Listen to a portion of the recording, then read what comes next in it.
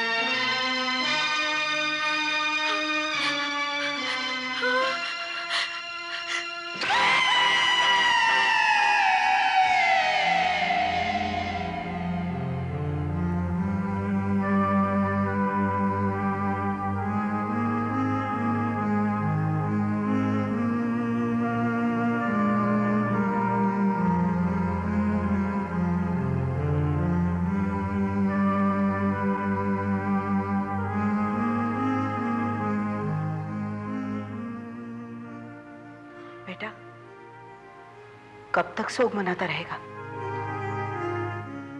जो होना था वो हो गया। होने को कौन टाल सकता है?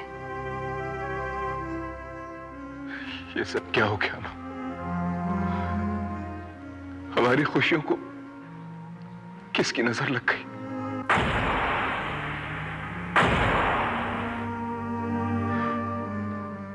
मेरी ज्योति मुझे क्यों छोड़कर चली गई मां?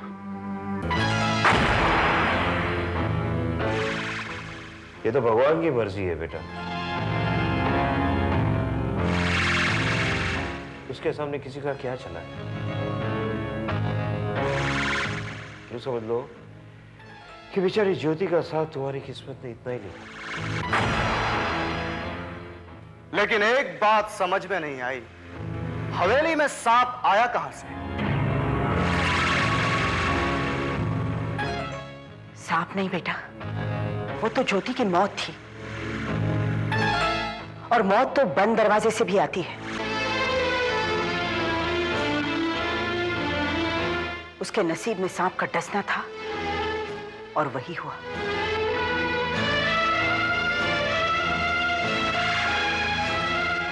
नहीं मां, सांप ने ज्योति को नहीं बल्कि मेरी खुशियों को डसा है। और आज के बाद मेरी जिंदगी में कोई खुशी जिंदा नहीं रहेगी, कोई नहीं। तो क्या तू अपनी खुशियों के लिए अपने माँ को दफन कर देना चाहता है? मां, तू क्या चाहता है कि अपनी गोद में पोते पोतियों को खिलाने का अरमान लेकर ही मैं इस दुनिया से चली जाऊं? तो मैं क्या करूं मां? मैं क्या कर सकता हूं? तू दूसरी शादी कर ले बेटा।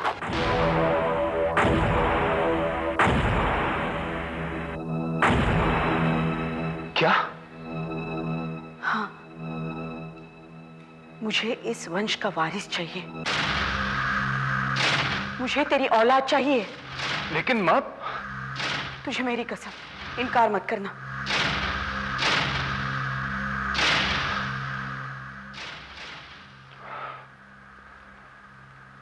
ठीक है मां। तू जानती है मैं तेरी कसम कभी भी नहीं टाल सकता। तू जो चाहेगी वही होगा।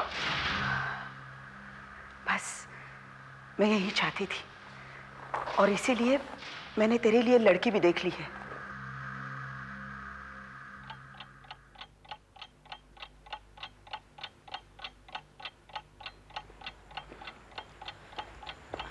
माँ, हमें आशीर्वाद दो। आज हमारी शादी की 3री सालगिरह है। मेरे आशीर्वाद देने से क्या होगा? 3 साल से आशीर्वाद दे रही हूं। दूधो नाओ पूतो फुलो, लेकिन इस ठूंठ पर एक कोपल तक नहीं फूटी।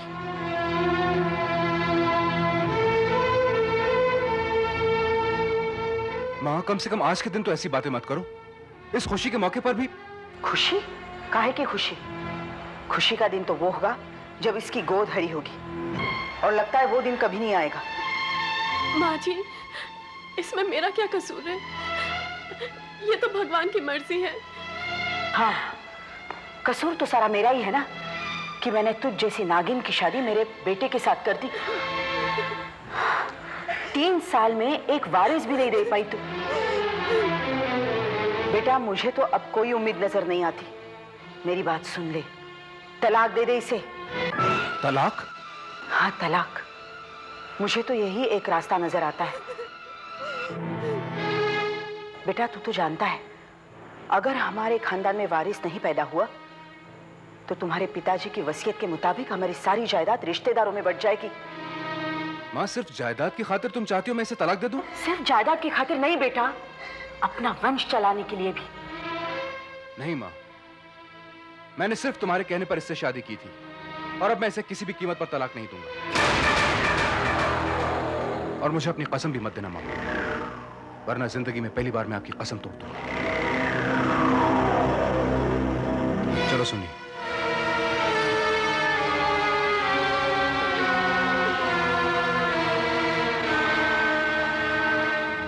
ये तो क्या कह रही है सुनंदा? ऐसे कैसे हो सकता है? हाँ माँ, मैं सच कह रही हूँ। वो श्रीकांत की दूसरी शादी करवाना चाहती है, और अगर श्रीकांत मुझे तलाक नहीं देगा तो वो दूसरा रास्ता अपनाएंगी, और हो सकता है कि वो रास्ता और भी ज्यादा खतरनाक हो। हे भगवान, कैसी औरत है तेरी सास? इसमें उनकी भी क्या गलती है? उन्होंने तो श्रीकांत की शादी कराई इसलिए थी क्योंकि उन्हें एक वारिस चाहिए था। मैं ही उनका सपना पूरा नहीं कर पाई। देख बेटी, मैं तुझे कितनी बार कह चुकी हूँ कि एक बार शहर जाके अपना इलाज करवा ले। पता नहीं क्यों मुझे पूरा यकीन है कि तू जरूर मां बन सकेगी। मैं भी यही चाहती हूँ, लेकिन पता नहीं क्यों श्रीकांत को अपने भाग्य पे बहुत विश्वास है। वो कहते हैं अगर हमारे भाग्य में संतान है तो वो हमें हर हाल में मिलेगी। देख बेटी, भाग्य पर उतना ही भरोसा करना चाहिए जितना कर्म पर। उनको भाग्य पर भरोसा करने दे, पर तू कर्म कर, भगवान तुझे जरूर फल देगा। मिसेस श्रीकांत, मैंने आपकी सब रिपोर्ट्स देखी हैं और आपका केस भी दोबारा स्टडी किया है। दरअसल प्रॉब्लम आप में नहीं है, प्रॉब्लम आपके पति में। वो पिता बनने के योग्य नहीं है। अगर आप एक रास्ता अख्तियार कर लें तो आप मां बन सकती हैं। कैसा रास्ता? देखिए, आज साइंस ने इतनी तरक्की कर ली है कि कुछ भी चमत्कार हो सकता है, और यकीन मानिए ये चमत्कार आपके साथ भी होगा, बशर्ते कि ये काम आप अपने पति की मर्जी से करें। मैं मां बन पाऊंगी, इससे बड़ी खुशी की बात मेरे लिए और क्या हो सकती है? मैं श्रीकांत को एक वारिस दे पाऊंगी। नहीं मिस्टर डिंगरा, आप 11 बजे से पहले वहां पहुंच जाइए। हाँ, मैं खन्ना को लेकर वहां आता हूं। ओके। श्री, तुमने उन पेपर्स पे साइन किए जो मैंने तुम्हें कल दिए थे? 1 मिनट डार्लिंग। हाँ बोलो। मैं बोल रही थी तुमने उन पेपर्स पे साइन किए जो मैंने तुम्हें कल दिए थे? हाँ मिस्टर खन्ना, हाँ मैंने डिंगरा को बुला लिया है, तुम भी वहां पहुंच जाओ। ओके। सॉरी डार्लिंग, वो पेपर्स यहीं पड़े, मैं अभी साइन कर देता हूं।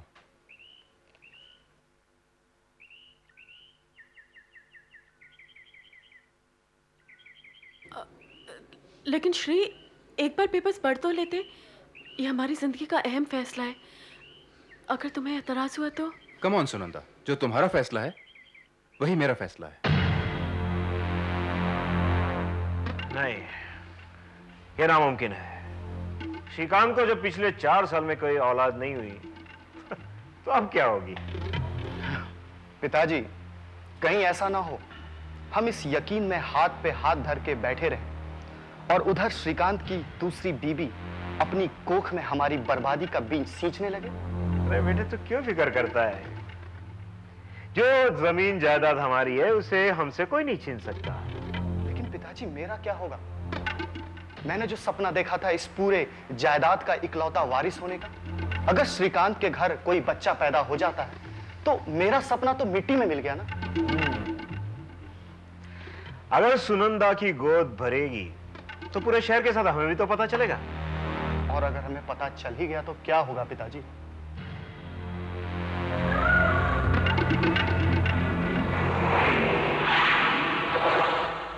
होना क्या है, इतिहास अपने आप को फिर से दोहराएगा। उसकी पहली बीवी की तरह दूसरी बीवी का भी दुर्घटना में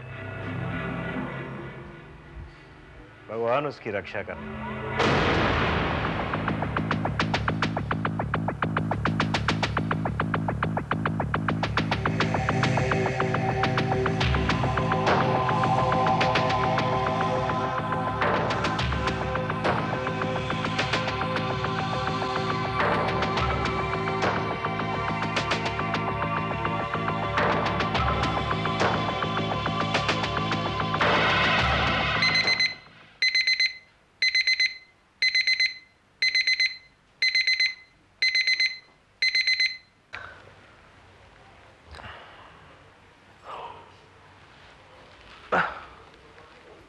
क्या हुआ इतनी सुबह सुबह? लो, तुम्हें मालूम ही नहीं। माँ जी ने नया फरमान जारी किया है कि वो सुबह की पहली चाय मेरे हाथ की पिएगी। तुम सो जाओ।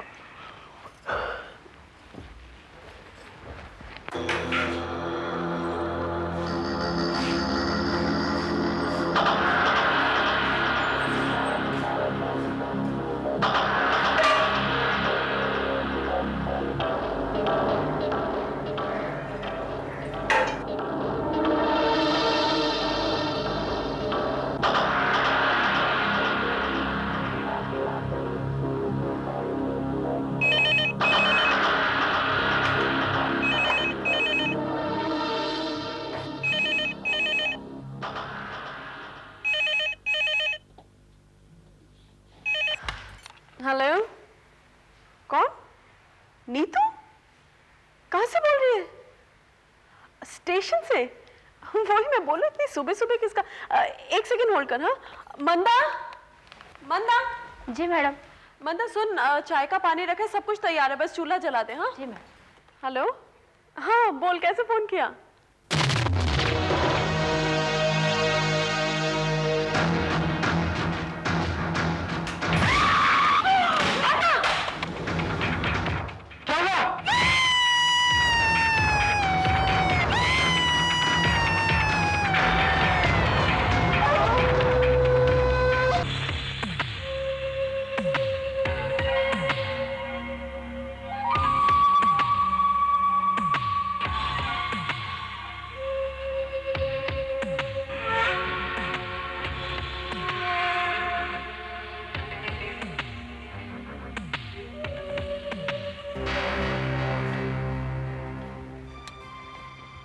बहू, जी माँ जी। कहाँ जा रही है? माँ जी मंदिर जा रही थी। गाड़ी लेकर जा रही है? जी माँ जी। आजकल तुझे बड़ा शौक हो गया है गाड़ी चलाने का? माँ जी, आप कहें तो मैं गाड़ी छोड़ जाती हूँ। नहीं नहीं, जरूर गाड़ी लेकर जाओ, मुझे क्या। लेकिन सुन, वो पुरानी वाली गाड़ी लेकर जाना, नई को हाथ मत लगाना, समझी? जी माँ जी।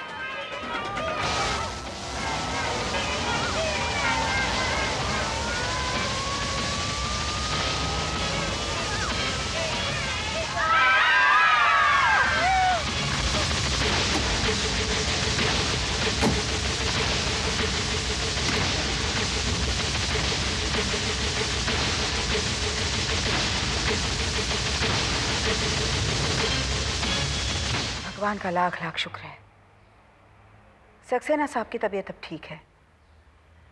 समझ लो कि मौत के मुंह से बाहर आ गए। हाँ, मैं आज ही जाकर उनसे बात करती हूँ। संभल के संभल के। अरे क्या हुआ? क्या बात है बहू, तेरी तबीयत तो ठीक है ना? कुछ नहीं, थोड़ा सा नर्वस ब्रेकडाउन हो गया था एक्सीडेंट की वजह से।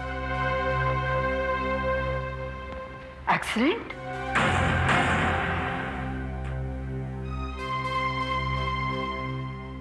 हुआ नहीं, हो जाता है। इनकी गाड़ी के ब्रेक्स फेल हो गए थे और गाड़ी आउट ऑफ कंट्रोल हो गई थी। तो अच्छा हुआ कि मैं वहां पहुंच गया, वरना गाड़ी कहीं बुरी तरह ठुक जाती। हे भगवान।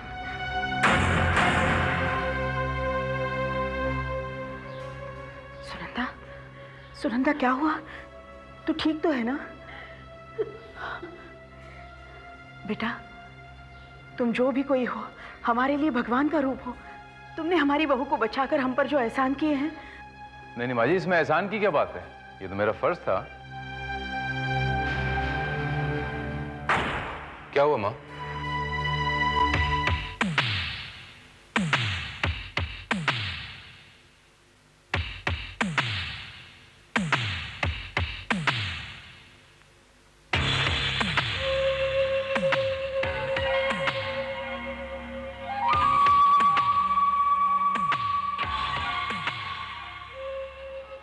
भारत, तुम? माय गॉड श्रीकांत, तू? वाकई है, दुनिया इसीलिए कहते हैं ना गोल है। मुझे तो उम्मीद ही नहीं थी कि तू कॉलेज के बाद मुझे कभी मिलेगा।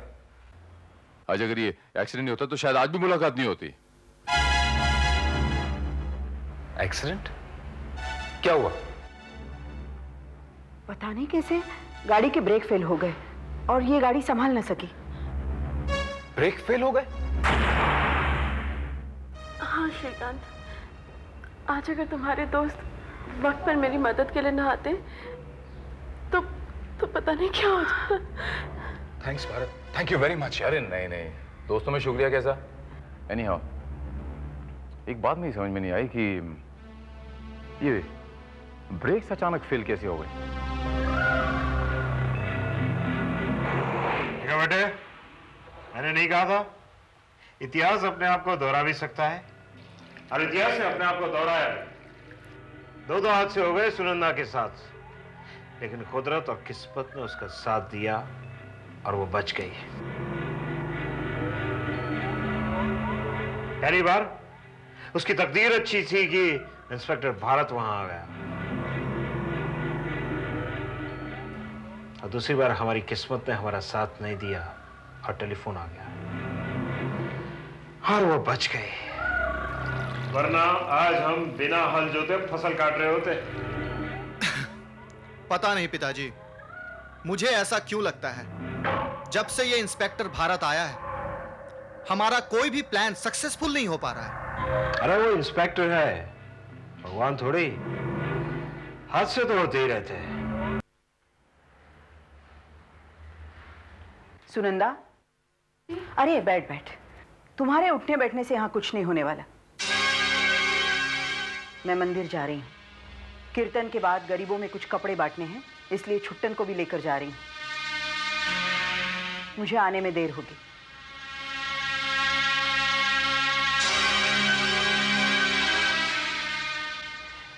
और सुन जी,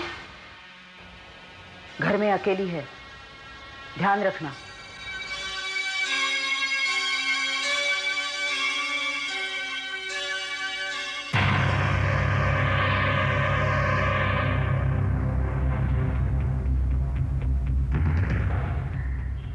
छुट्टन जी मालकिन। चलो।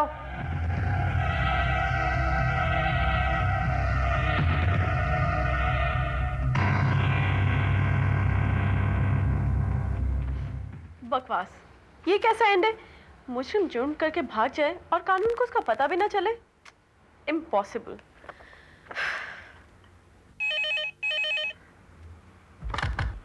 हेलो हेलो हेलो, कौन बोल रहा है? हेलो,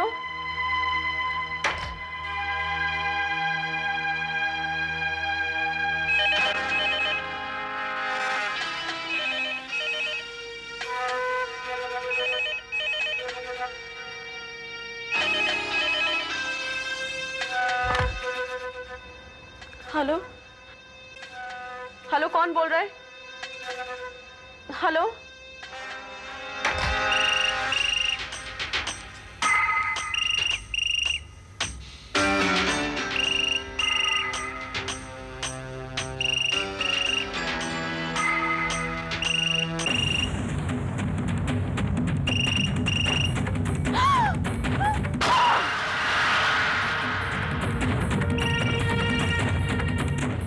इंस्पेक्टर साहब, आखिर मार ही दिया उन लोगों ने मेरी बेटी को।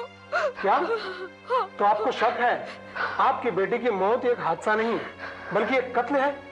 नहीं, मुझे शक नहीं बल्कि पूरा यकीन है कि मेरी बेटी सुनंदा की हत्या की गई है। सुनंदा भाभी श्रीकांत की पत्नी? हाँ। और आप? जी मैं सुनंदा की माँ हूँ। हाँ। लेकिन मैं तो अभी कुछ दिन पहले ही श्रीकांत और उसकी पत्नी को मिलकर आया था। हाँ। और उसकी माँ से भी मिला था। हाँ। लेकिन आप ऐसे कैसे कह सकती हैं कि उन्होंने सुनंदा को, वो लोग सुनंदा को क्यों मारेंगे? अब इसके के तो कई कारण है। एक हो तो बताऊं, मेरी बेटी की शादी को 3 साल हो चुके थे, फिर भी वो घर में सुखी नहीं थी। एक तरफ उसको अपनी सास के ताने सुनने पड़ते थे, तो दूसरी तरफ परिवार वालों की बुरी नजर उनकी प्रॉपर्टी पर थी। इंस्पेक्टर साहब, अभी अभी आपने कहा कि परिवार वालों की नजर प्रॉपर्टी पर थी, लेकिन परिवार के नाम पर तो उसकी सिर्फ माँ है ना, श्रीकांत की माँ। नहीं इंस्पेक्टर साहब, उनके चाचा रमाकांत जी भी है। ये रमाकांत क्या चीज है? करते क्या है ये? इस परिवार के पैसे पर ऐश करते हैं वो।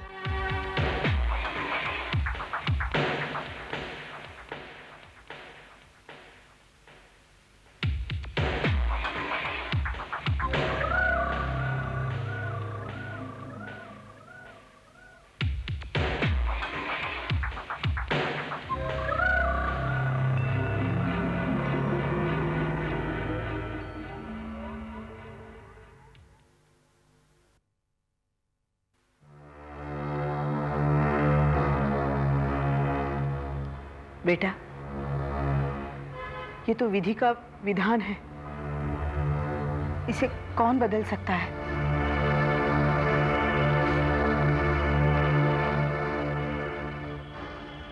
हौसला रखो श्रीकांत, हौसला रखो। समझ में नहीं आता ये कैसा अभिशाप है कि तुम्हारी दुनिया दोबारा बसने से पहले फिर उजड़ गई। जरूर इसमें भी ईश्वर की कोई मर्जी होगी। हाँ भैया, हिम्मत से काम लीजिए। वैसे भी हिम्मत हारने से तो कोई काम नहीं चलेगा। चल बेटा, अब इसे कंधा देने का समय आ गया है। 1 मिनट रुक जाइए।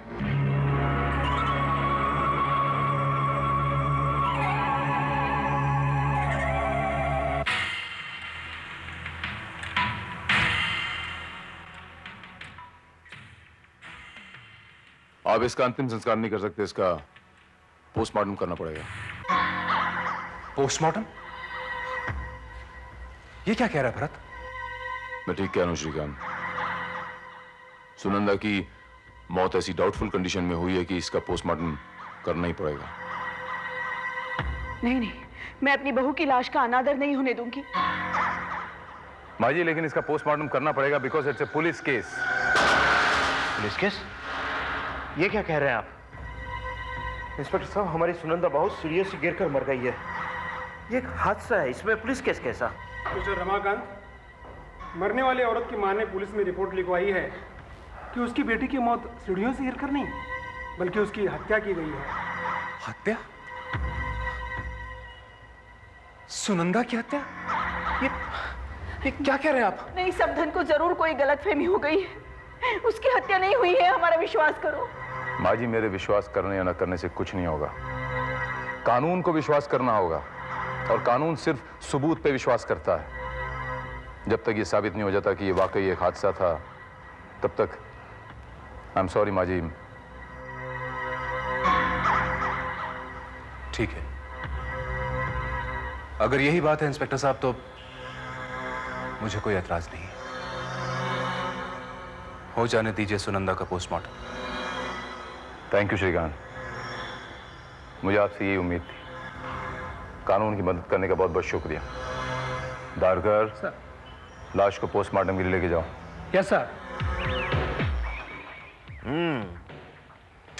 तो अब लाश का पोस्टमार्टम होगा, क्यों? इंस्पेक्टर भारत अपने आप को चालाक समझता है। सुनंदा सीढ़ियों से गिरकर मरी है, इसमें अभी पोस्टमार्टम में वो क्या साबित करेगा? आप ठीक कह रहे हैं पिताजी, ये इंस्पेक्टर अपने आप को चालाक नहीं, जरूरत से ज्यादा चालाक समझता है। बताइए, उसने अपने दोस्त तक को नहीं छोड़ा, लाश को पोस्टमार्टम के लिए भिजवा दिया, जो हमारे लिए खतरनाक साबित हो सकता है। अब देखना यह है कि सीढ़ियों से गिरकर मरने को वो कत्ल कैसे साबित कर सकता है।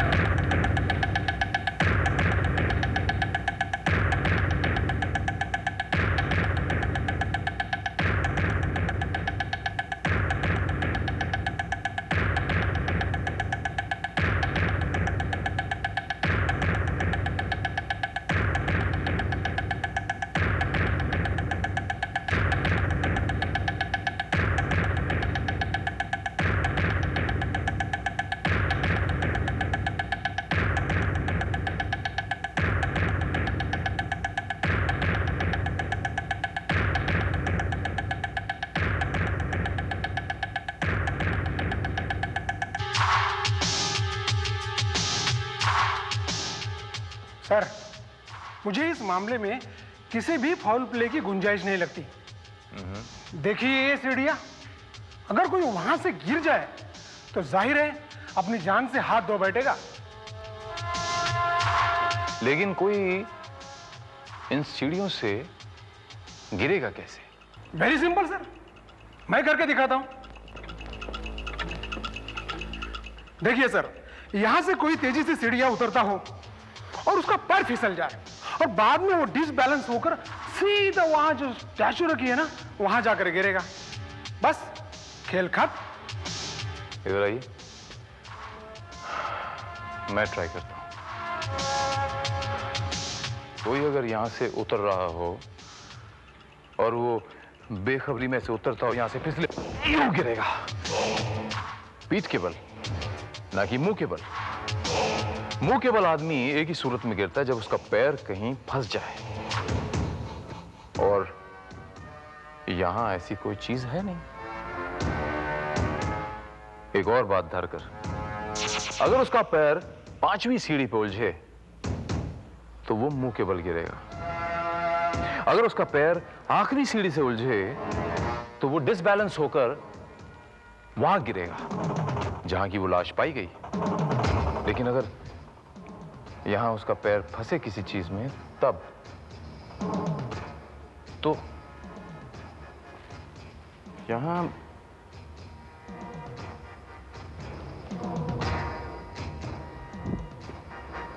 ग्लास।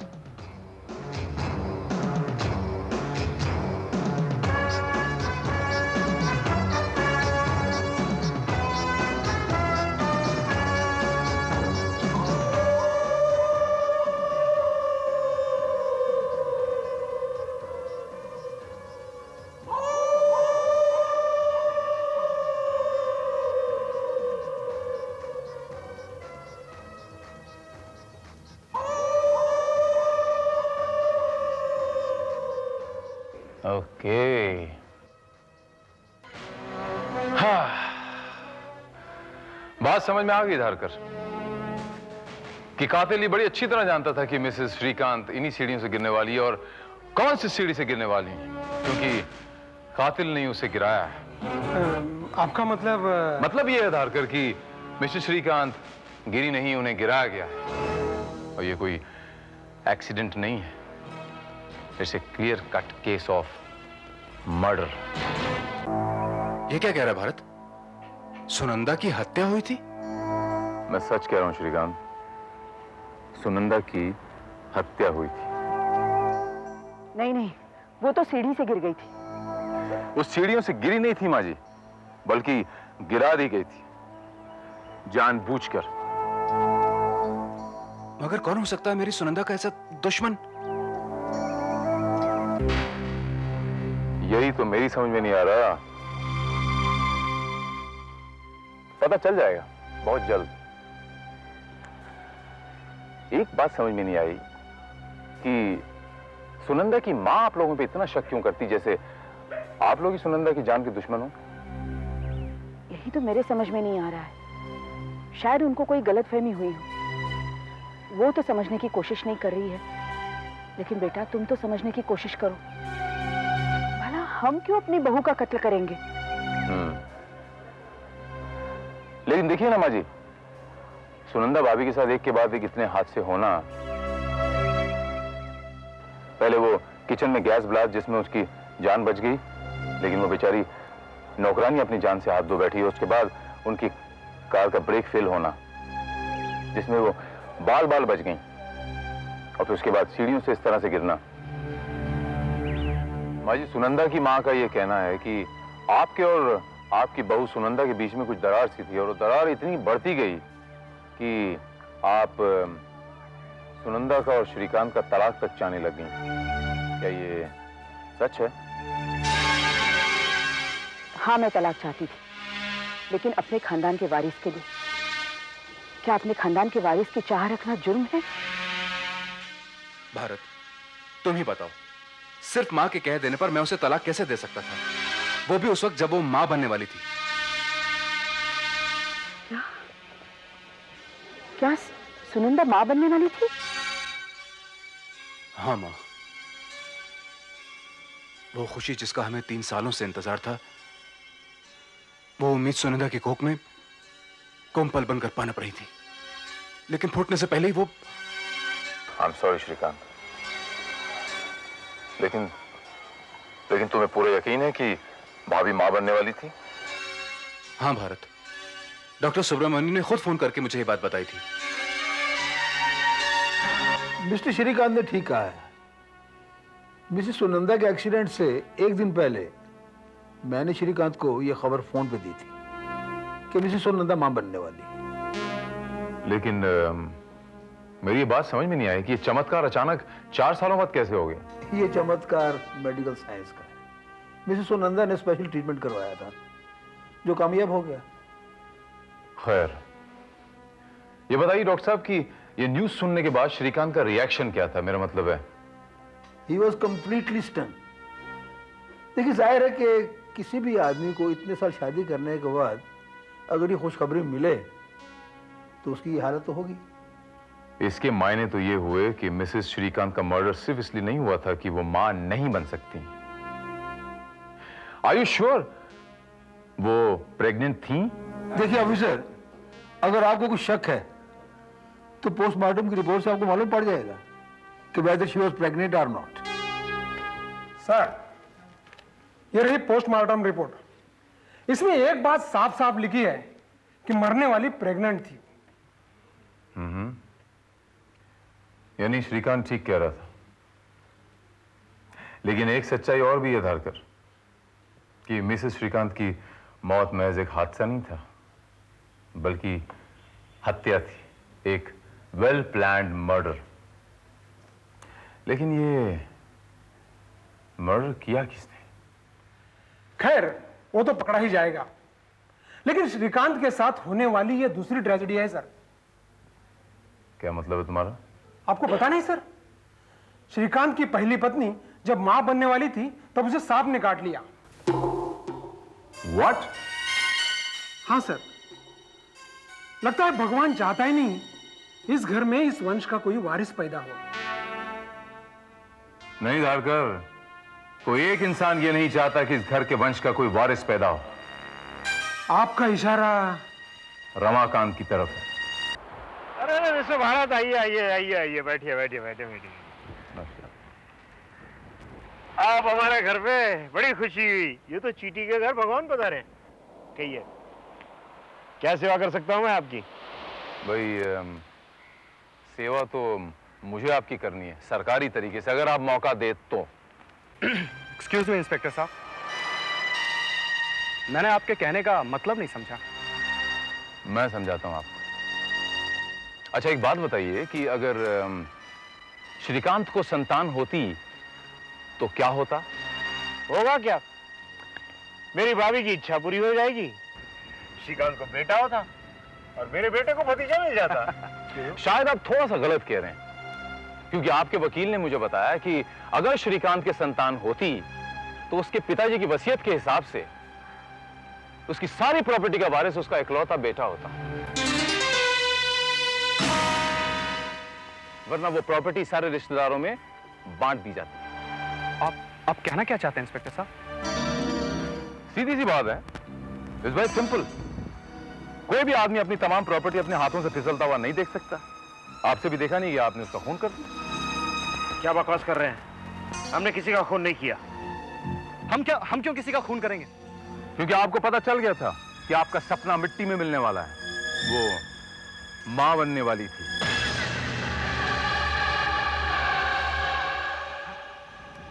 लेकिन हमें इस बारे में कुछ नहीं पता था। वो मां बनने वाली थी ये बात का तो हमें पता ही नहीं था। और वैसे भी ये तो नामुमकिन सी बात है, ये कैसे हो सकता है? देखा पिताजी, देखा मैंने आपको क्या कहा था। हम इस गलतफहमी में बैठे रहेंगे कि श्रीकांत को बच्चा नहीं होगा, और उधर डॉक्टर भटनागर की दवाई अपना चमत्कार दिखा गई। ये डॉक्टर भटनागर वाकई में जादूगर निकला। उसने नामुमकिन को मुमकिन कर दिखाया। कौन है ये डॉक्टर भटनागर? वही डॉक्टर जिसे श्रीकांत अपना इलाज करवा रहा था अपनी पहली शादी के वक्त से ही। मुझे डॉक्टर भटनागर का पता मिल सकता है?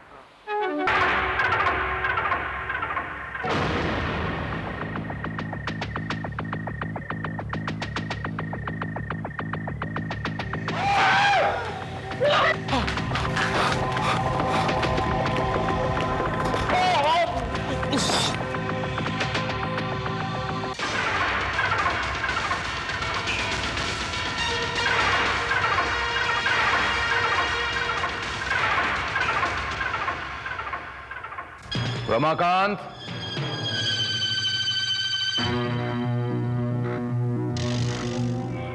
मिस्टर श्रीकांत की दोनों बीवियों की मौत नेचुरल नहीं हुई थी, बल्कि उनकी हत्या की गई थी। पहली को कमरे में सांप छोड़ के मार दिया गया था,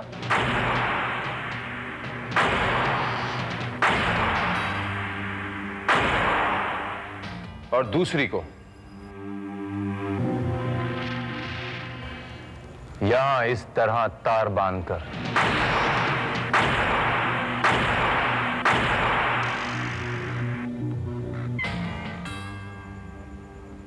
लेकिन गलती से ये कील के निशान यहां पर छूट गए। लेकिन क्या मैं पूछ सकता हूं कि ये सारा नाटक मुझे क्यों दिखाया जा रहा है?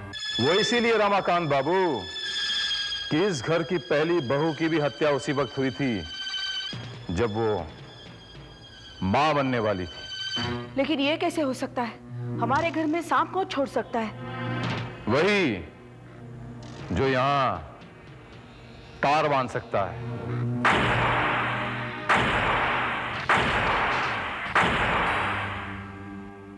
आप ही के घर का कोई आदमी। आप कहना क्या चाहते हैं इंस्पेक्टर साहब? साफ साफ बताइए, पहेलियां मत बुझाइए। मैं पहेलियां नहीं बुझा रहा, मैं बिल्कुल साफ साफ कह रहा हूं। दो गर्भवती बहुओं की हत्या इस बात का साफ साफ इशारा करती है कि इस घर में कोई ये नहीं चाहता कि कोई वारिस आए। मैं ठीक कह रहा हूं ना माँ जी?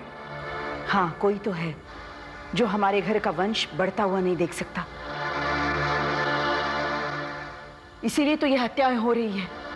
तुम्हारा क्या ख्याल है श्रीकांत? मैं क्या कहूं भारत, तू जो सोचेगा ठीक ही सोचेगा। मैं तो ये सोचता हूं श्रीकांत की हत्यारा वो शख्स है जो ये जानता है कि ये वंश आगे बढ़ ही नहीं सकता। क्या मतलब? मतलब ये कि इस घर की बहुओं को हमेशा से बांझ कहा जाता था, उन्हें बंजर जमीन भी कहा जाता था। लेकिन डिफेक्ट तुझ में भी तो हो सकता है। भारत!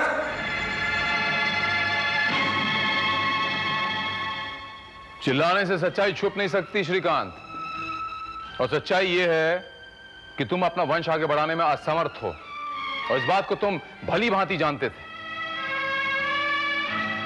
और जब तुम्हें पता चला कि तुम्हारी पत्नी मां बनने वाली है तो तुमने उस पर शक किया। तुमने ये सोचा कि मेरी पत्नी ने मुझसे बेवफाई की और तुमने उसका खून कर दिया। ये सब झूठ है, बकवास है। इंस्पेक्टर भारत, मैं तुम पर मानहानि का दावा कर दूंगा। जरूर कीजिए, तो मेरे साथ साथ डॉक्टर भटनागर पर भी कीजिए। डॉक्टर भटनागर? कौन डॉक्टर भटनागर? वही डॉक्टर भटनागर जिनके पास आप 4 साल पहले अपना चेकअप कराने गए थे और जिन्होंने कहा था कि आप कभी पिता नहीं बन सकते। तुम चाहो तो मैं वो डॉक्यूमेंट्स भी तुम्हें दिखा सकता, और अगर चाहो तो मैं डॉक्टर भटनागर को यहां हाजिर भी कर सकता। बस भारत, बस। प्लीज मुझे और सलील मत करो।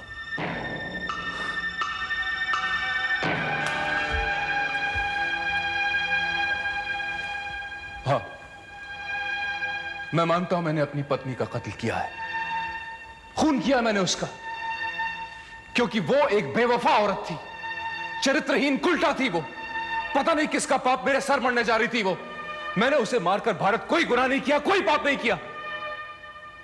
नहीं श्रीकांत, गलत कह रहे हो तुम।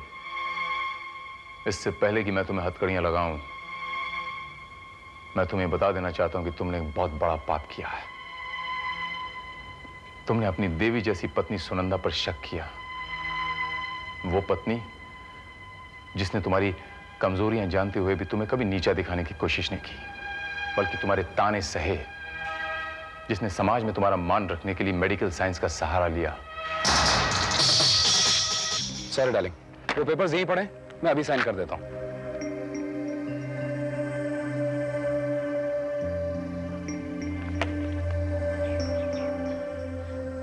लेकिन श्री, एक बार पेपर्स पढ़ तो लेते। ये हमारी जिंदगी का अहम फैसला है। अगर तुम्हें एतराज हुआ तो? जो तुम्हारा फैसला है वही मेरा फैसला है।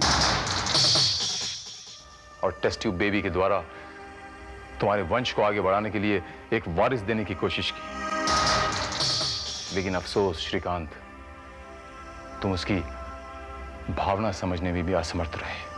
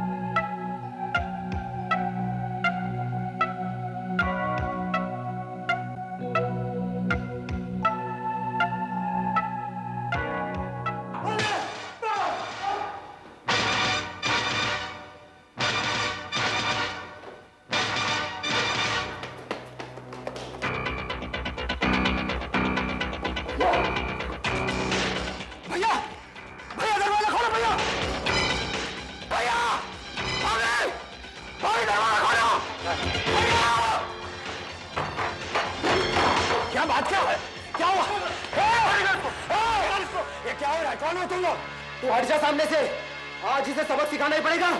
कौन हो तुम लोग? तू कौन है बे? मैं इसका बड़ा भाई हूँ। तो तू है इसका भाई? तो संभाल अपने भाई को। आज के बाद मेरी बहन रीटा के आसपास नजर आया ना तो फिर भूल जाना अपने भाई को। समझाई से कि क्षमा बनना छोड़ दे, अपने काम धंधे पे ध्यान दे, वरना वो तुम्हारी भी बहन है ना, उसे तुम क्यों नहीं समझाते? क्यों मिलने आती है उससे? क्योंकि वो मुझसे प्यार करती है। चुप बैठ। लगता है ये ऐसे नहीं समझेगा। अब तो एक ही रास्ता है, चलो। वो रास्ता कहां तक जाता है वो मुझे भी पता है। हमने कोई चूड़ियां पहन के नहीं रखी, समझा ना?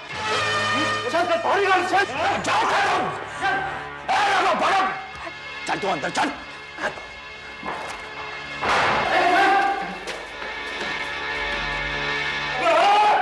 समझा नहीं अपने भाई को।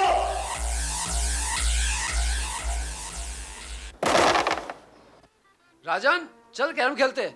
अरे नहीं यार, मेरा मूड नहीं है, तुम लोग खेलो।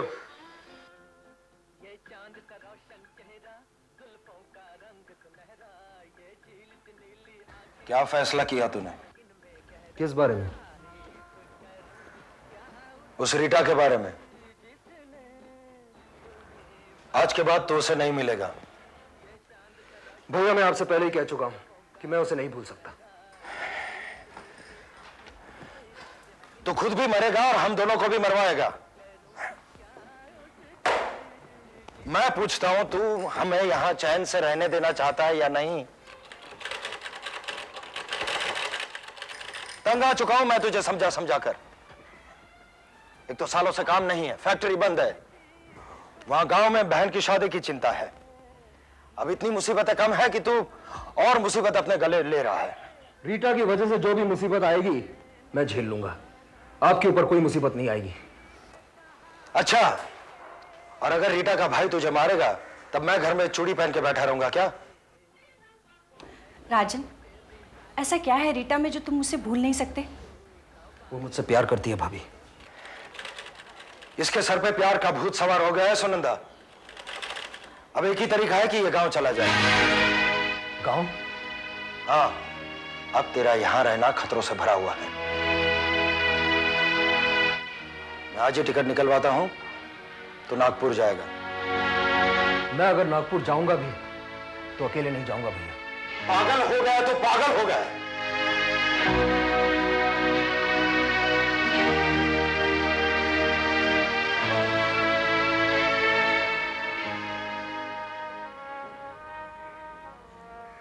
ये क्या पागलपन है राजन?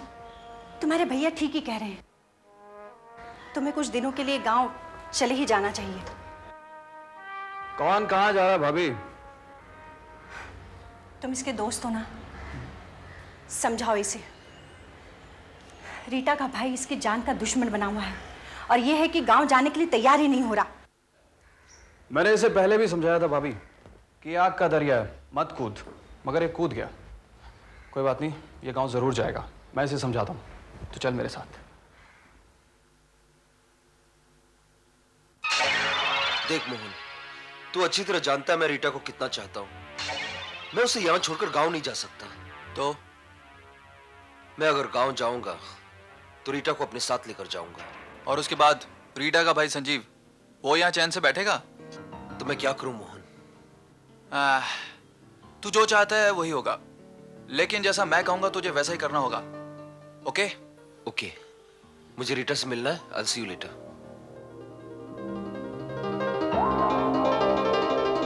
बड़ी मुश्किल से आई हूँ राज, जल्दी बोलो मुझे यहाँ क्यों बुलाया था? रीटा, मेरा भाई मुझे गांव भेज देना चाहता है, लेकिन मैं तुम्हें अपने साथ ले जाना चाहता हूँ। बोलो मेरा साथ दोगी या नहीं? मैं हर हाल में तुम्हारे साथ हूँ राज। अब मैं उन बंदिश में नहीं जी सकती, मुझे यहाँ से ले चलो राज। मेरे घर वाले तुम्हारे नाम से मुझे ताने देते हैं। घबराओ मत रीटा, हम दोनों यहाँ से दूर, बहुत दूर चले जाएंगे जहाँ कोई बंदिश नहीं होगा। ठीक है राज, अब मैं जाती हूँ वरना कोई आ जाएगा। बाय राज।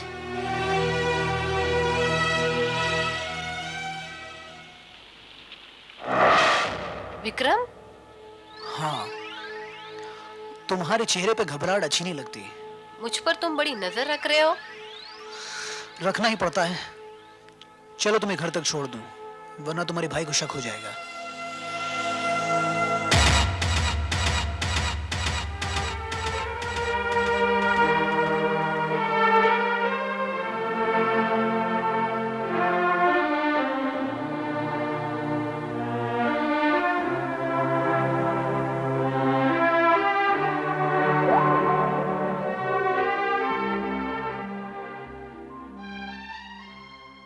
अब इस तरह हैरान होकर क्या देख रहा है तू? टिकट है, ट्रेन की टिकट है 12 तारीख की। यानी कल की ट्रेन से तो नागपुर जा रहा है। लेकिन भैया, लेकिन क्या है? लेकिन क्या? अब यहां से ज्यादा तेरी वहां गांव में जरूरत है। गांव में हमारी बहन है कल्याणी, वो तो याद है ना तुझे? बहन की शादी की तैयारियां तुझे करनी है। 6 महीने तू वहीं रहेगा,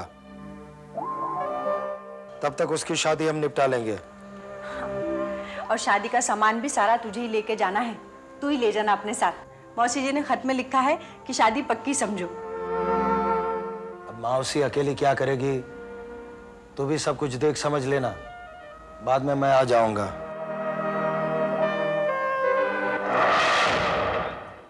मैं बहुत पहले से जानता हूं कि राजन रीटा को अपने साथ ले जाना चाहता है, लेकिन ऐसा हरगिज नहीं होगा। कौन सी ट्रेन से जा रहा है वो? नागपुर एक्सप्रेस का टिकट लाके दिया मनोहर भैया ने। ये राजन बहुत ऊंचा उड़ने की कोशिश कर रहा है, लेकिन शायद उसे ये नहीं मालूम कि बहुत ऊंचा उड़ने की कोशिश में पंछी के पर जल जाते हैं। रीटा सिर्फ मेरी है, मेरी। मैं देखता हूं राजन उसे अपने साथ कैसे ले जाता है। कब जा रहे हैं वो लोग? आज ही।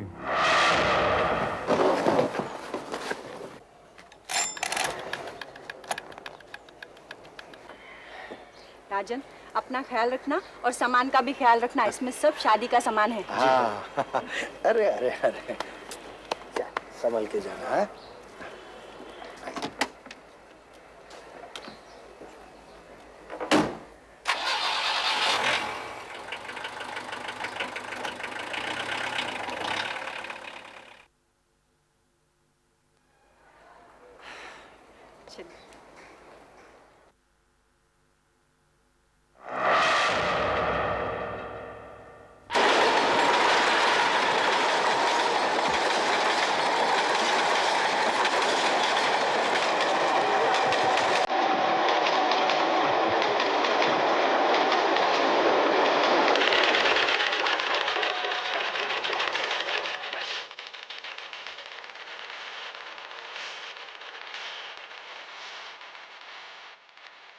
I love you, प्रिया।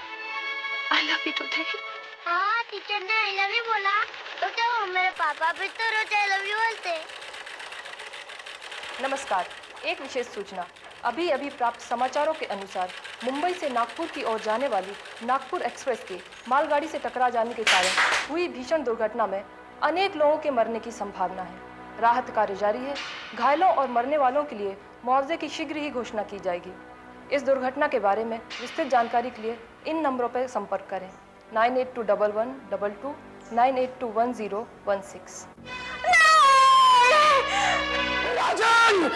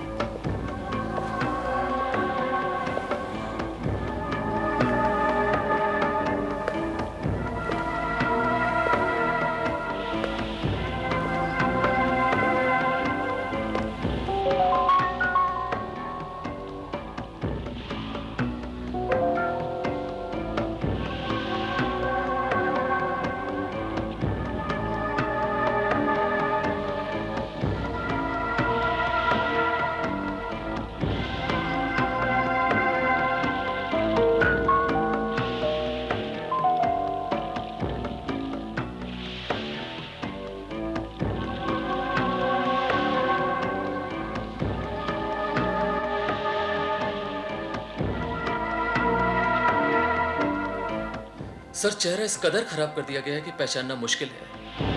हमारे पास और कोई भी आइडेंटिटी मार्क नहीं है। इसके कपड़े भी रेडीमेड और बिल्कुल नए हैं। कभी कभी लाशें भी बोलती हैं श्रीवास्तव। और ये लाश भी अपनी कहानी बयां करने की कोशिश कर रही है। इसका हुलिया ये बताता है कि ये किसी मिडिल क्लास फैमिली से बिलोंग करता है। ये जो शर्ट इसने टक इन की हुई है, जिस हिसाब से ये तैयार हुआ है, ये किसी को मिलने जा रहा था। ये फूल ये बताता है कि ये अपनी प्रेमिका को मिलने जा रहा था।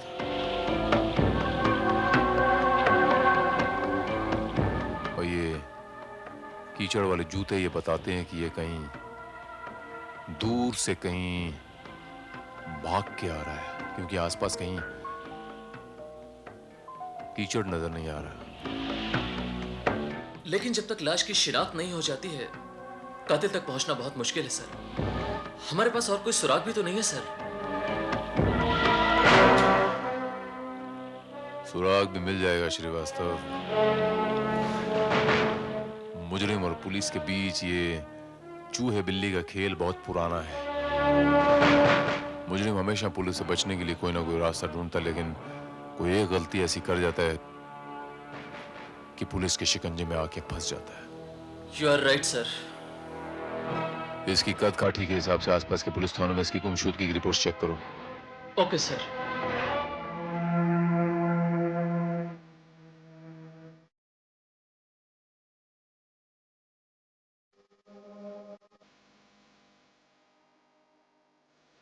Good morning sir. Morning Shrivastava. Sir ये बासंती चौहान है। नमस्कार। उनका बेटा मोहन पिछले 3 दिनों से गायब है सर। उसकी कद काठी मकतूल से काफी ज्यादा मिलती जुलती है। क्या नाम बताया आपने अपना? जी बासंती। कब से गायब है आपका बेटा? जी परसों से, 12 तारीख से। और क्या नाम बताया आपने बेटे का? मोहन। बासंती जी, हम लोग को एक लाश मिली है। लाश? नहीं, इस तरह घबराने की जरूरत नहीं है। उस लाश की शनाख्त नहीं हुई अब तक। फिलहाल उसको हमने पोस्टमार्टम के लिए भेज दिया। ये कुछ तस्वीरें हैं उस लाश की, देखिए इनमें तो नहीं आपका बेटा।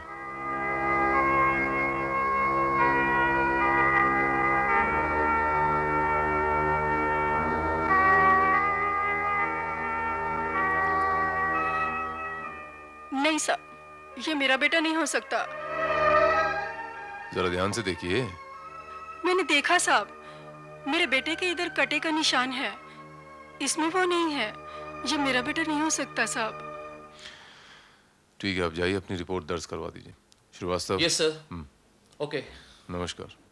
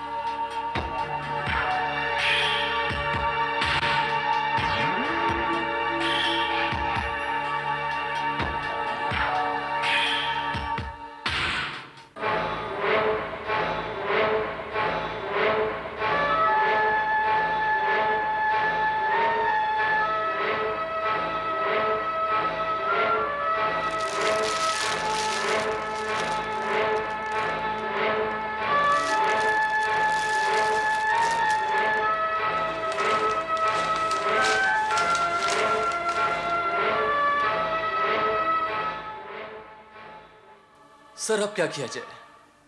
ये रास्ता भी ब्लॉक हो गया है।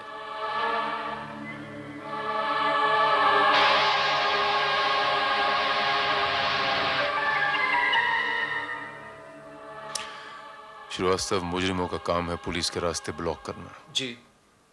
और पुलिस का काम है मुजरिमों तक पहुंचने के नए नए रास्ते ढूंढना।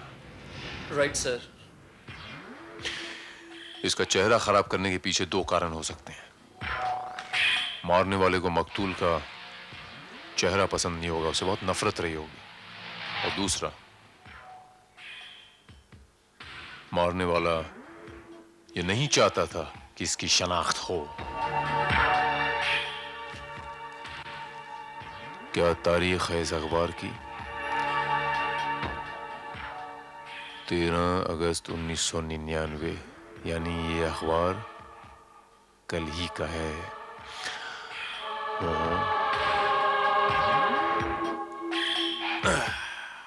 मैंने कहा था ना श्रीवास्तव, बड़े से बड़ा धुरंधर मुजरिम भी कोई ना कोई भूल जरूर कर जाता है, और इस मुजरिम की भूल है ये क्रॉसवर्ड।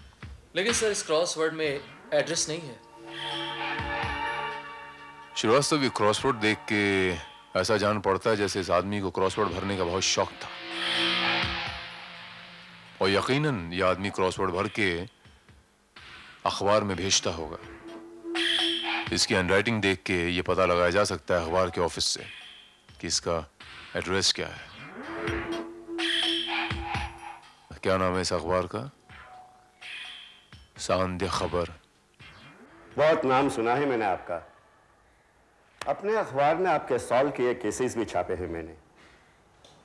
बड़ी खुशी हुई आपसे मिलके। कहिए, क्या मदद कर सकता हूं मैं? मिस्टर महेश्वरी, सबसे पहले तो मैं आपका शुक्रिया अदा करूंगा कि आपने जो मेरी इतनी सारी तारीफ की। मैं इस तारीफ के काबिल तो नहीं हूं, लेकिन आज जिस काम से मैं आपके पास आया हूं, थोड़ी सी मदद चाहिए। ये क्रॉसवर्ड जिसने लिखा है,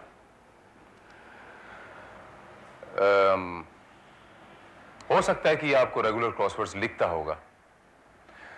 अब मुझे इस हैंडराइटिंग वाले आदमी का एड्रेस चाहिए। वेल, एड्रेस ढूंढना इतना आसान तो नहीं है, फिर भी मैं पुरानी फाइलें मंगवाता हूँ। एक काम करते हैं मिस्टर महेश्वरी, आप पिछले 1 महीने की विनर्स की फाइल मंगाइए। अगर उसमें नहीं मिली तो फिर हम और तलाश करेंगे। हाँ जी। हाँ शर्मा, सुनो, पिछले 1 महीने की क्रॉसवर्ड्स की विनर्स की फाइलें, हाँ, मेरे कैबिन में भेज दो इमीडिएटली। अभी आ जाएगी।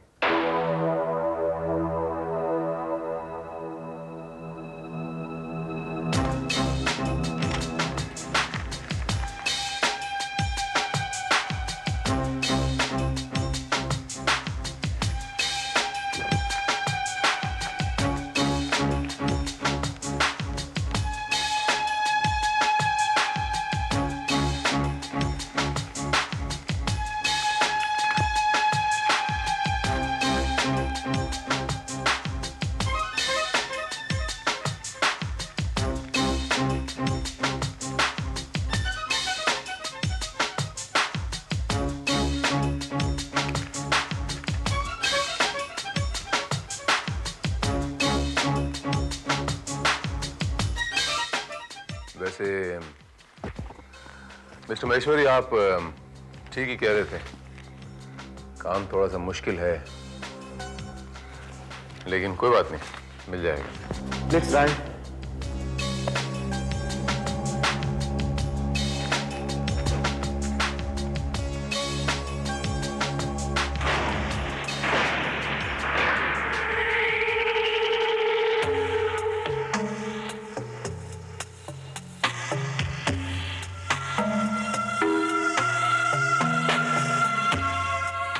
Yes, I got it.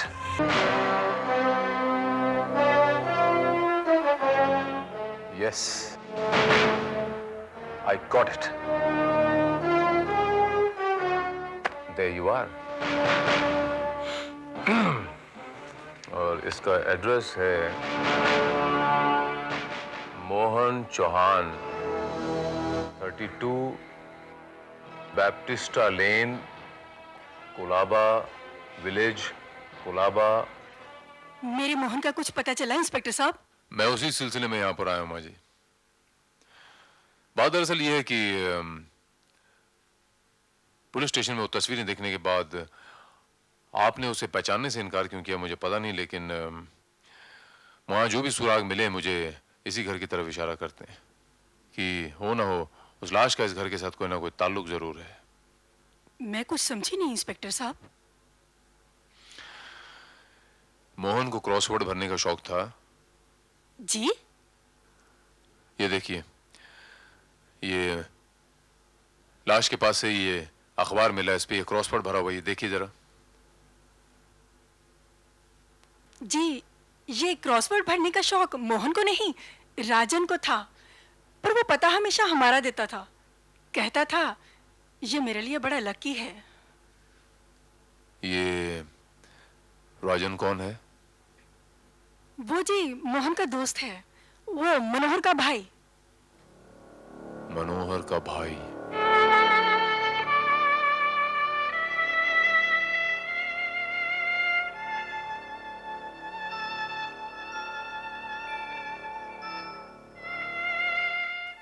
इस तरह उदास और हताश होने से क्या हो सकता है? होनी को यही मंजूर था।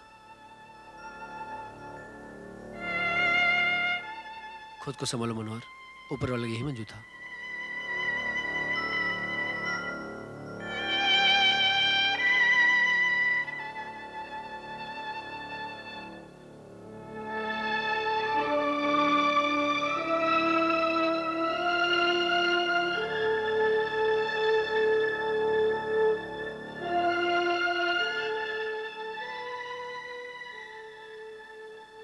आपका नाम मनोहर है? जी। आप? इंस्पेक्टर भारत। मैं आपके भाई राजन के बारे में कुछ पूछताछ करने आया हूं।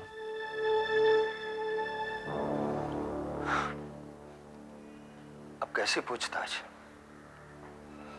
बचा ही क्या है अब? अब तक तो वो पंच महाभूत में विलीन हो चुका होगा। मैं आपका मतलब नहीं समझा। मैं आज ही उसकी लाश का क्रियाकर्म करके आया हूं।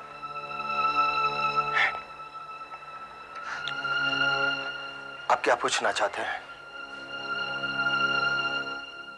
मैं ये पूछना चाहता हूं कि उसकी मौत कैसे हुई?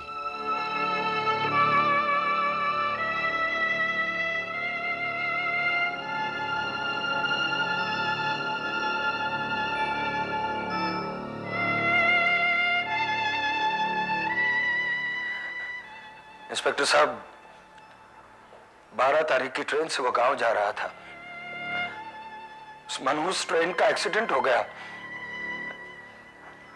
मरने वाले 64 लोगों में मेरा भाई भी चला गया। ये देखिए, ये सारा सामान साथ लेकर जा रहा था अपनी बहन की शादी के लिए।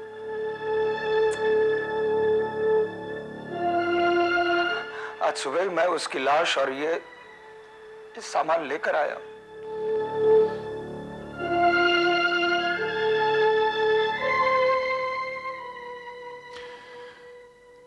मनोहर साहब,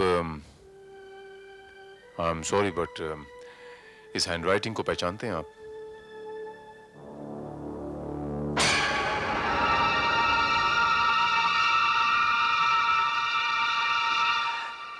ये हैंडराइटिंग तो बिल्कुल राजन की जैसी ही है। आपको पूरा विश्वास है जो रेलवे एक्सीडेंट में जो लाश मिली वो आपके भाई की ही है, राजन की ही है? हाँ, मतलब उसका चेहरा पिचक गया था। लेकिन आप ऐसा क्यों पूछ रहे हैं? इसलिए कि हमें भी एक लाश मिली है और ये पेपर हमें उसी लाश के पास मिला और हमें शक है कि वो आपके भाई की लाश है। ये आप क्या कह रहे हैं? मेरी समझ में कुछ नहीं आ रहा है। एक आदमी 2 जगह कैसे मर सकता है? तो आपके अनुसार राजन यहां से 12 तारीख को नागपुर जाने के लिए रवाना हो गया था? जी हाँ। तो फिर ये 13 तारीख के अखबार में आपके भाई की हैंडराइटिंग कहां से आई? ये कैसे मुमकिन है? मिस्टर मनोहर, 13 तारीख के इस अखबार में राजन की हैंडराइटिंग का होना इस बात का सबसे बड़ा सबूत है कि 13 तारीख को राजन बॉम्बे में था और ट्रेन में सफर करने वाला राजन नहीं कोई और था। लेकिन ये कैसे हो सकता है? टिकट भी मैंने ला कर दी थी। वो हमारे सामने ही टैक्सी में बैठा था। ये सारा सामान भी तो उसी के पास था। मेरे ख्याल से मनोज जी, आपको मेरे साथ चलकर एक बार लाश की शनाख्त कर लेनी चाहिए हो सकता है आप पहचान लें। चलिए।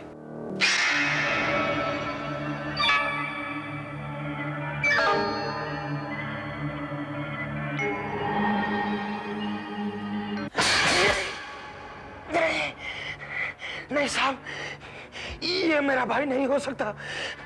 इसका चेहरा तो, प्लीज इसे ढक दीजिए, प्लीज। मिस्टर मनोहर, जरा इसे गौर से देखिए ना। मैं मानता हूं कि इसका चेहरा खराब हो गया, लेकिन शरीर पे फिर से एक बार देखिए। कोई ऐसी निशानी बताइए जिसे हम शनाख्त कर सकें। दूसरी निशानी क्या बताऊं? हाँ, राजन के टीके की निशानी थी।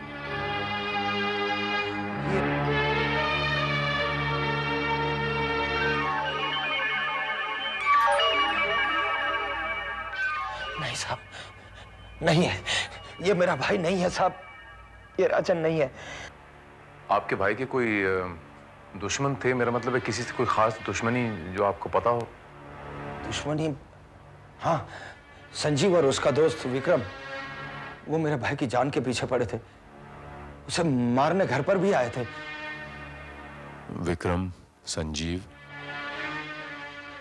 संजीव रीटा का भाई है और विक्रम उसका दोस्त है। आवारा है दोनों। रीटा से प्यार करता था राजन, उससे शादी करना चाहता था, और यही बात संजीव को पसंद नहीं थी। रीटा की वजह से तो वो गांव जाने को भी तैयार नहीं था। मैंने ही उसे भेजा गांव। संजीव का एड्रेस बता सकते हैं आप? जी हाँ। मैंने उसे धमकी जरूर दी थी साहब, लेकिन हम लोगों ने उसे मारा नहीं। मैं उसे क्यों मारता साहब, जब वो खुद ही अपने गांव जा रहा था। वो गांव जा रहा था, इस बात की खबर तुम्हें कहां से मिली? 12 तारीख को ही मोहन ने विक्रम को बताया था। मोहन ने? खैर कोई बात नहीं। मैं थोड़ी देर के लिए आपके सिस्टर के साथ कुछ बात करना चाहता हूं। आप उससे क्या बात करेंगे?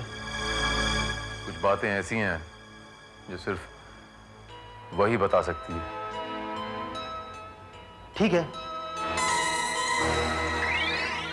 आप राजन से आखिरी बार कब मिली थी? 13 की शाम को, और 12 को भी मैं उससे मिलने वाली थी, लेकिन मैं नहीं जा सकी। शायद संजीव को राजन के गांव जाने के बारे में पता चल गया था, और राजन मुझे अपने साथ ले जाने वाला था। फिर 13 को मुझे राजन का पत्र मिला था, और उसने मुझे मिलने के लिए बुलाया था। यानी 12 तारीख को वो गांव नहीं गया था। वो खत आपको किसने लाकर दिया? पड़ोस के एक बच्चे ने लाकर दिया था, और मैं उससे मिली। रीटा, अब हम नागपुर नहीं जाएंगे, क्योंकि तुम्हारा भाई हमें वहां भी ढूंढने की कोशिश करेगा। अब नागपुर के बजाय हम जोधपुर जाएंगे, वहीं कोर्ट मैरिज करेंगे। तुम्हारा भाई समझता है कि मैं नागपुर जा चुका हूं, इसलिए तुम्हें घर से निकलने में कोई तकलीफ नहीं होगी। देखो रीटा, किसी को यह मालूम नहीं होना चाहिए कि मैं यहां मुंबई में हूं। लेकिन तुम्हारा सामान कहाँ है? मेरे कपड़ों के अलावा जो भी सामान मेरे भाई ने दिया था, वो मैंने किसी के साथ भिजवा दिया। हम वहां कितने दिन रहेंगे? जितना भी दिन रहना पड़े रह लेंगे। बैग में थोड़े से रुपए हैं, मैंने लाने को भेज दिया। हम सुबह 5 बजे चले जाएंगे। मुझे स्टेशन पर मिलना। ओके? ओके। उस दिन रात भर मैंने उसके सिग्नल का इंतजार किया, लेकिन वो नहीं आया। क्योंकि तब तक वो शायद मारा जा चुका था। क्या? वैसे लाश की अब तक शनाख्त नहीं हो पाई। आपको प्लीज मेरे कुछ सवालों के जवाब देने पड़ेंगे। देखिए, अगर राजन का कत्ल हुआ है, अगर, तो राजन का कत्ल कौन कर सकता है? पिछले साल क्रॉसवर्ड के लेन देन में राजन ने मोहन को बहुत मारा था। मोहन की बड़ी बेइज्जती की थी, लेकिन अब तो वो दोनों दोस्त थे। कोई और ऐसा है जिस पे आपको शक हो? आपको? बहुत पहले से विक्रम की मुझ पर नजर थी, शायद इसीलिए वो राजन से चिढ़ता था और बराबर मुझ पर नजर रखता था। जाने के एक दिन पहले उसने राजन से मुझे मिलते हुए देख लिया था, और रास्ते में उसने मुझसे ऐसी बातें की कि उसे मेरा राजन से मिलने पर कोई एतराज ही नहीं था। वैसे आपको इस बात का इल्म है कि राजन ने बैंक में पैसे लेने किसे भेजा था? जी नहीं। वैसे बाय द वे राजन का किस बैंक में अकाउंट था? Cooperative bank. जी हाँ इंस्पेक्टर, राजन सिंधे का अकाउंट हमारे ही बैंक में है। और 13 की शाम को उसका चेक लेकर यहां पर कोई पैसे निकालने आया था। वो आदमी कौन था, उसका हुलिया क्या था, अप्रोक्सीमेटली बता सकते हैं आप? इंस्पेक्टर, ये सारी जानकारी तो आपको कैशियर ही बता सकता है। मैं आपको उनसे मिला देता हूं। मुझे तुम फौरन रिपोर्ट दोगे श्रीवास्तव। मैं समझ चुका हूं कि कातिल कौन है। हथियार में मिले फिंगरप्रिंट से यह साबित हो जाएगा कि कत्ल किसने किया है श्रीवास्तव। Okay sir. आप बिल्कुल चिंता ना करें मिस्टर मनोहर, आपके भाई का कातिल बहुत जल्द हमारी हिरासत में होगा। हमने हथियार बरामद कर लिए हैं। वो संजीव का जो फ्रेंड है उसका क्या नाम बताया था आपने? विक्रम। हाँ विक्रम। ये विक्रम कहाँ मिलेगा? उसके फिंगरप्रिंट्स चाहिए हमें। वो तो आवारा लड़का है, पता नहीं कहाँ होगा।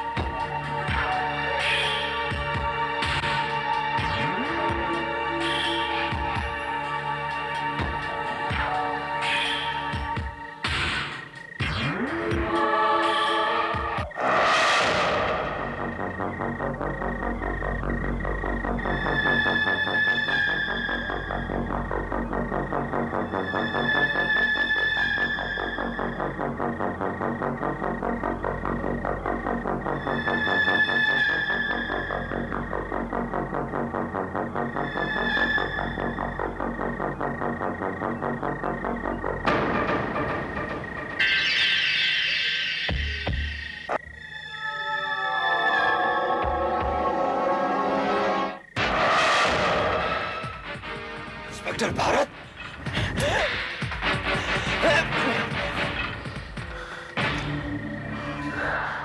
जी हाँ, inspector Bharat. Mister Manohar Shinde, you are under arrest. Mister Manohar, तुमने हमसे झूठ बोला था कि उस रेलवे एक्सीडेंट में तुम्हारे भाई की लाश पिचक गई थी। दरअसल वो लाश पिच की नहीं थी, वो बिल्कुल सही सलामत थी। और उसका सबसे बड़ा सबूत है ये तस्वीर जो हमने रेलवे पुलिस से हासिल की। और जिस लाश की तुमने शनाख्त की वो तुम्हारा भाई राजन नहीं, उसका दोस्त मोहन था। क्या? मोहन मेरा बेटा?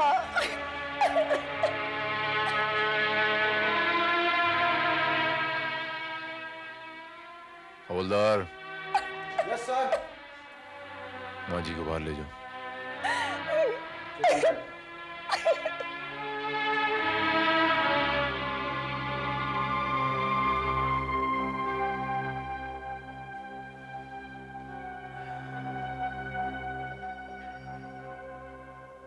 मोहन, उस दिन राजन और रीटा की मदद करने के लिए राजन की जगह मोहन उस गाड़ी में सफर कर रहा था और वो राजन का तमाम सामान भी लेकर जा रहा था ताकि रीटा और राजन कहीं और जा सकें। उन्हीं का खेल देखिए, उस ट्रेन का एक्सीडेंट हुआ और मोहन मारा गया।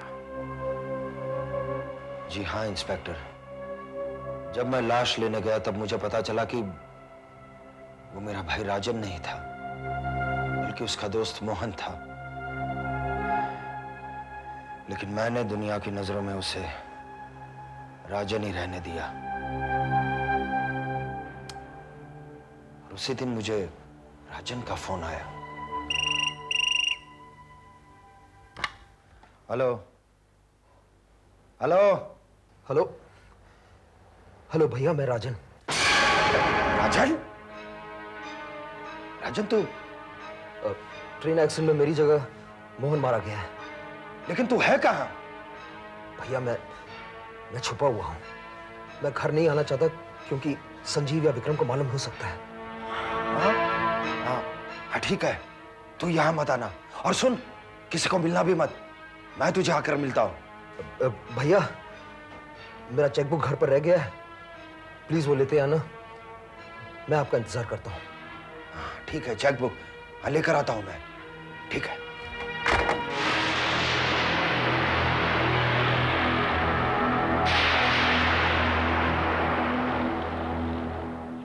चल ठीक है, जो हो गया सो हो गया। लेकिन मेरी बात सुन राजन, तू कुछ दिनों के लिए छुप जा। मैं तो कहता हूं बंबई से कहीं बाहर चला जा। किसी को पता नहीं चलना चाहिए कि तू जिंदा है। क्या मतलब? इससे क्या होगा भैया? सब समझते हैं कि तू ट्रेन एक्सीडेंट में मारा गया है। अब तेरी मौत की एवज में हमें 5 लाख रुपए मिलेंगे, समझा? नहीं भैया, उन पैसों पर मोहन की मां का ही हक है। मोहन मेरे दोस्ती के लिए मारा गया है, मैं उसके साथ ये गद्दारी नहीं कर सकता भैया। गद्दारी? अरे इसमें गद्दारी क्या है, हैं? मैं तो कहता हूं किस्मत हमारा साथ दे रही है। तूने जानबूझकर तो कुछ किया नहीं है। चल अगर तेरी इच्छा है तो मोहन की मां को भी थोड़ा बहुत पैसा दे देंगे। थोड़े बहुत पैसे? भैया मोहन थोड़ा नहीं पूरा मारा गया, वो भी सिर्फ मेरे दोस्ती के लिए। वो पैसे मोहन की मां को ही मिलेंगे। मुझे यहां से रीटा को ले जाना है, इसलिए छुपा हुआ हूं, वरना आज ही सबको बता देता कि मरने वाला मैं नहीं मोहन है। देखो भैया, उन पैसों पर मोहन की मां का हक है और वो पैसे मोहन की मां को ही मिलेंगे। चेकबुक लाएं आप? हैं? चेकबुक लाएं आप?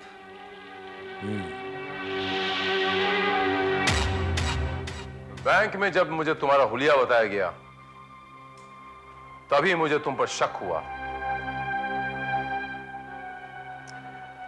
और मैंने श्रीवास्तव को रेलवे एक्सीडेंट में हुए तमाम लोगों की तस्वीरें लेने भेजा। फिर मैंने तुम्हारे सामने हथियार मिलने और फिंगरप्रिंट्स लेने का नाटक खेला ताकि तब जब तुम हथियार लेने जाओ मैं तुम्हें रंगे हाथ पकड़ूं। मिस्टर मनोहर शिंदे, अपने इकलौते छोटे भाई को मारते हुए तुम्हारा हाथ नहीं कांपा?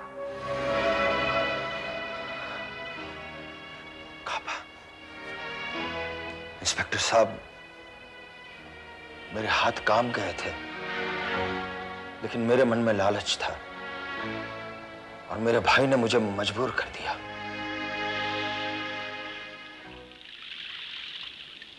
राजन। हाँ? अरे मैं हूं भाई, मैं हूं। भैया पैसे लाया हूं? हाँ लाया हूं।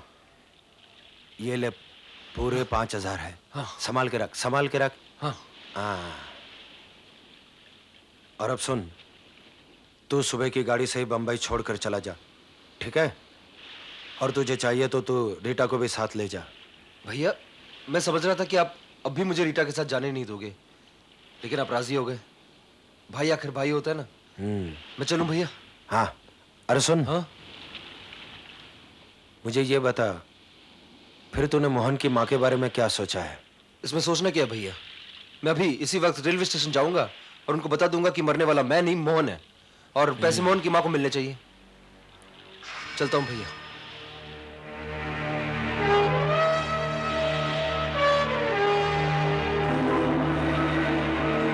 राजन!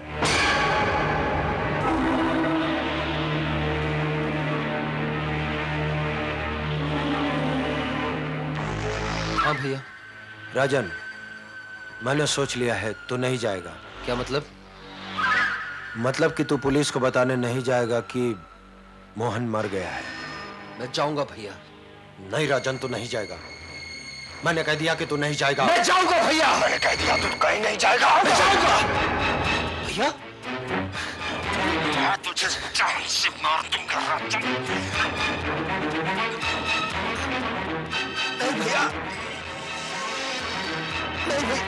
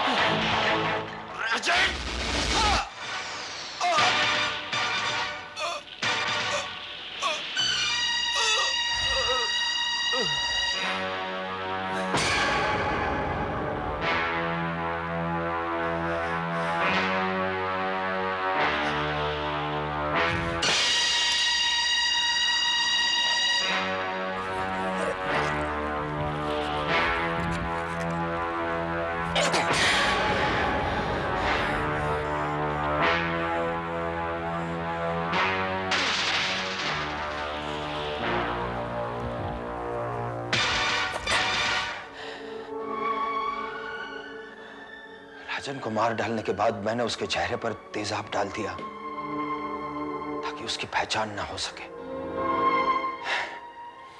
इंस्पेक्टर साहब, मैंने ये सब कुछ किया ताकि रेलवे से मिलने वाला मुआवजा मैं ले सकूं। वो 5 लाख रुपए के लिए मैंने अपने भाई को मार डाला।